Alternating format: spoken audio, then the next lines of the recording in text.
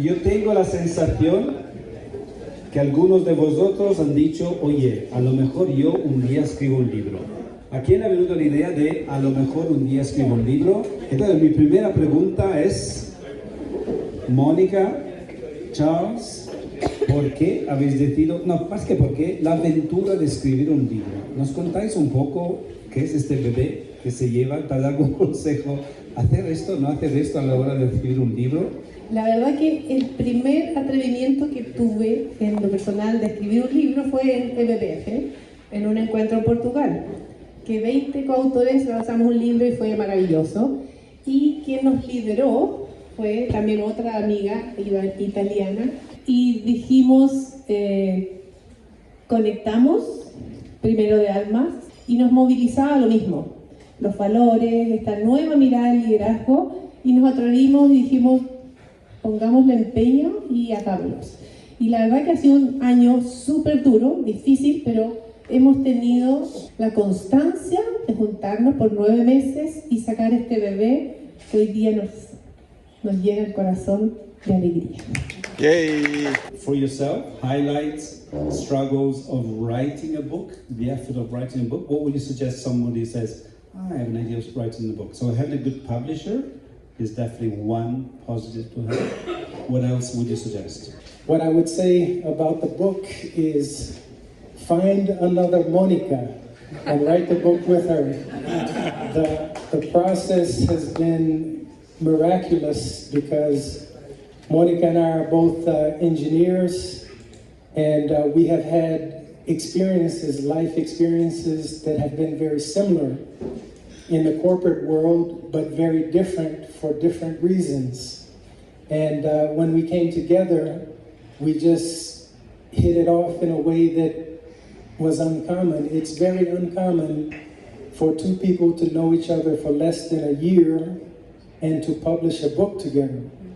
And so we realized that this book was actually meant to be, there's a special message that we want to share with all of you and that we want to share with the world.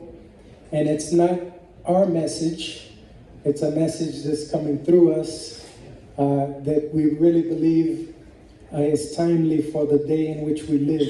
Espero que os haya dado alguna pista más de cómo avanzar con un buen publisher, un buen publicista y un buen compañero de viaje con escribir el libro. Y disciplina, también dijimos disciplina militar. No importa lo que estaba pasando en nuestras vidas, que fue mucho, disciplinadamente nos reunimos, trabajamos. No fue fácil, pero fue un proceso precioso de aprendizaje, porque lo que íbamos escribiendo era un poco basado en nuestra experiencia de capacitar y desarrollar líderes de distintas partes, y fue cómo poner en práctica eso que mismo queríamos. Fue como de la práctica a la realidad, fue como maravilloso cómo íbamos viviendo este libro. Entonces lo pusimos en práctica en cada una de nuestras facilitaciones. Y elegiste un título, elegiste un topic, un área específica. ¿Qué te llama a ti y what drives you to choose that title, that topic, instead of something else? To understand the title of the book and to also understand what motivated me to write it, you need to know a little bit about my history. I was raised by 5 older sisters and a mother, and these women had great leadership qualities, and my entire nurturing and childhood was at the hands of women. I also grew up in a very athletic world as a normal man, being very competitive, and I was an athlete most of my life.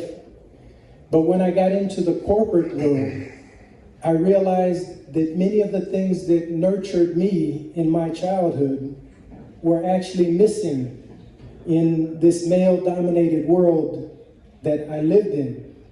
And I kept wondering for many years, why is it that I feel so uncomfortable in this corporate world? And then I realized that many of the leadership qualities that I had grown up with in an environment surrounded by women were missing. And so I began always questioning. Even before getting in the corporate world, when I was in university, I decided to take a women's studies class because I wanted to learn more. And as I took this class, I was confronted with many of the statistics about the culture of violence that exists in the world toward women and girls. But I had grown up with the teaching about the equality of women and men. And up until that time, I believed that the world was equal for women and men. But then all of a sudden, my reality was shattered, that the world was not equal for women and men, and that there was this tremendous culture of violence. And I remember every day sitting lower and lower and lower in my chair because my sense of reality had been shattered.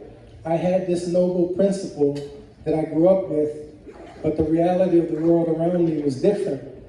And I had these sisters and my mother and all the women in my life that were important to me, and I realized that I had to do something to change that reality in the world. And so that was an awakening for me at that point in time. And it took many years to actually figure out how to write this book. But it started way back then when I was about 19 years old at university. I'm sorry for such a long answer, but it's important for you to know that, especially for young people who are in here, that many times we want to do something meaningful, something positive for the world, and we don't know exactly how, but we have to continue to cultivate that in our hearts until time allows that to come to fruition. Para ti, Mónica, Y en mi caso, ¿por qué has elegido este? Bueno, en mi caso fue un poco al revés. En mi familia, dos hombres, yo la hija menor, estudié ingeniería, que es una carrera mayoritariamente mucho más hombres que mujeres, y siempre en las empresas que trabajé, minería, empresas de construcción, y eso fue siempre dominado por muchos hombres. Entonces no se acogía un liderazgo más femenino, no se acogía un poco la más mirada intuitiva, la mirada maternal, ¿cierto? Y por eso escogimos este espacio y la frase, ¿no? ¿Cierto? Este desbalance actual entre el liderazgo femenino y masculino nos lleva a proponer esta armonía, este balance entre las dos alas de la humanidad. La humanidad tiene dos alas, el ala femenina y el ala masculina, ¿no? Y este pájaro no puede emprender el vuelo solo con un ala. Y hemos estado, la verdad, liderando y viendo tiempos liderando y volando con una ala herida, porque no están en balance las dos alas. Entonces nuestra propuesta es una invitación de integración, de armonía, y ojo que no estamos hablando aquí de género, estamos hablando de desarrollar estas capacidades que no son mentales, son capacidades más espirituales en que vamos a balancear, ¿cierto?, la intuición con la estrategia, lo más rígido con lo más blando, y ahí entonces en esta integración nace esta inquietud de querer balancear nuestras alas de la humanidad. Un sueño que tienes tú, la gente lee el libro, ¿qué te encantaría que pasara después de haber leído este libro? Primero, nuestro primer sueño fue escribir el libro. El bonus track fue que en el proceso de escribir el libro aprendimos mucho. Ambos nos fuimos tomando conciencia cuando estábamos en reuniones, cuando estábamos facilitando espacio para muchos líderes, cómo nos íbamos autorregulando en esto femenino y masculino. Y a veces yo tenía más masculino, Charles tenía más femenino, pero nos íbamos regulando y tomando conciencia de la importancia que para que esto fuera de máximo provecho para nuestra audiencia, tenía que ser en balance. One of the things that we look forward to people realizing in this book is not only is there this principle that Monica talked about it comes from an analogy in the Baha'i writings that talks about humanity is like a bird with two wings, one is woman, the other is man. And so it talks about this analogy, but that analogy is also true about every human being. We both have the masculine and the feminine inside ourselves. And I remember before I had children, I used to believe that the only difference between men and women is the socialization that they receive from childhood, the toys they get to play with. And so I was convinced that if I put the same toys in front of my children, that they would be the same. And then all of a sudden, my daughter Jasmine, who's this wonderful singer that you've been entertained by, she came along and she had this little stroller that she would push every day. And she would put 4 little dolls in the stroller, and she would put 1 truck or bus, and she'd push it around the house every day. And then 3.5 years later, our son Justice, who's a wonderful programmer, if anybody's looking for a programmer, he created the landing page for this book. So Justice, when he came along, he would push along a stroller, the same stroller, had the same toys, but he had 1 doll and about 4 buses and 1 truck. And his first word was bus. And then all of a sudden it hit me that men and women are actually very different. They come out differently, they interpret the world in a different way. But yet, there was another story with Jasmine when she was about 12 that showed me how strong her masculine side was. Because she was a very feminine little girl and wouldn't hurt a fly. And one time we were driving up a hill and somebody threw a rock and it hit the side of the car. And me with my testosterone response, I slammed on the brakes and I got out of the car to see who had done that. And all of a sudden, Jasmine, who's 12 years old, very dainty, very feminine, she says, "Dad, get back in the car now." And she just gave me an order that I couldn't refuse. And I got back in the car, and then I thought about her masculine response to the situation was much wiser than my response to the situation. Was much wiser than my masculine response to the situation.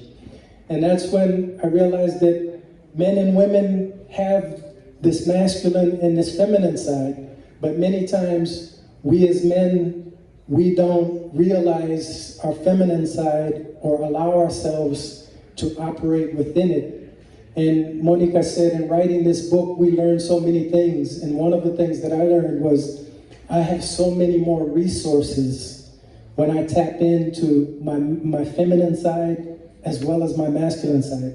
And women have more resources when they tap into both their sides as well. And our hope is that we cultivate this in the larger world so that the world becomes more accepting of the masculine and the feminine, so that the flight of humanity can be higher and our potential can be more whole. Sí, perdón, para terminar la pregunta del sueño, primero fue el libro, después un programa que tenemos diseñado para ir a las organizaciones y cambiar esta cultura para que lo podamos implementar y sea eficiente y para prever beneficio para todos, ¿no? Y luego tenemos pensado un trip around the world, ¿cierto, Charles? Un viaje para poder presentar nuestro libro en portugués, en español. Ahora está en inglés, pero luego va a estar en español y en portugués. Y me encanta la propuesta, ¿no? Se habla mucho de igualdad de género y generalmente es estupenda la idea, por favor, sí, dar igual oportunidades a mujeres y a hombres en el campo de trabajo, pero me encanta que nosotros vayamos mucho más en profundidad, realmente descubrir esta parte masculina y femenina que tenemos aquí a disposición y que podemos elevar. En todo el research que habéis hecho, ¿hay algo que te ha enfadado? Que dices, oye, no puede ser que esto sea así. Y algo que me encanta esta oportunidad, esta cosa. Bueno, lamentablemente las estadísticas, si las vamos así como oportunidades y eso, todavía no están muy balanceadas, ¿no? Para las mujeres en distintos rubros, en distintos campos. Pero como bien dices tú aquí, queremos ir más profundo que eso. No queremos 50 y 50. Queremos que cada uno de nosotros desarrollemos y balanceemos estas virtudes, estos valores tan femeninos como masculinos, sin tenerle miedo. O sea, aquí el ser humano el alma no tiene sexo, ¿no? Entonces, acojamos estas nuevas capacidades que nos hacen más completos, que nos hacen más íntegros, que nos hacen más coherentes. Y las estadísticas, si es cierto, no nos juegan en contra hoy día con respecto a la participación de las mujeres en distintos rubros. Yo soy soñadora, entonces veo que esto es factible desde nosotros siendo ese cambio y acogiendo estas oportunidades para todos, que lo podemos lograr.